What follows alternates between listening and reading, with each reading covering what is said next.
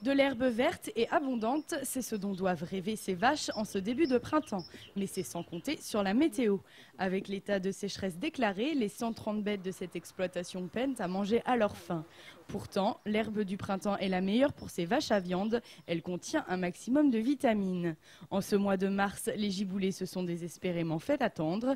Malgré tout, le troupeau parvient à se nourrir. Mais cette situation n'est pas simple à gérer pour les éleveurs, et ce, depuis 3 ans.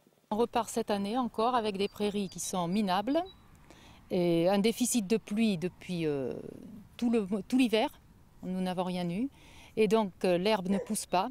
Nous avons des pâturages qui sont vraiment ras de terre. Et le problème n'est pas uniquement que le bétail ne puisse pas se nourrir dans les prés. Fin mai, Brigitte doit débuter le fourrage, c'est-à-dire récolter l'herbe haute des prairies pour en faire du foin.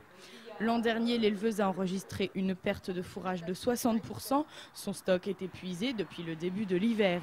Les vaches, ne pouvant pas brouter, se nourrissent de ce foin.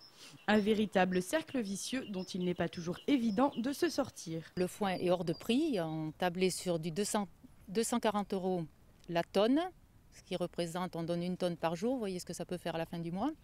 Voilà. Et donc la paille, on a eu la chance d'avoir de la paille qui arrivait d'Espagne, qui a tourné autour de 100-108 € la tonne livrée. Mais bon, il faut voir qu'on en a acheté 60 tonnes quand même. Et on ne peut pas recommencer ça tous les ans. En période de sécheresse, l'État et les collectivités locales viennent en aide aux exploitants agricoles. En 2011, le Conseil régional d'Aquitaine a versé près de 1,5 million d'euros aux 3068 éleveurs, 500 000 € pour la Gironde. Mais l'aide la plus précieuse serait quand même le retour de la pluie.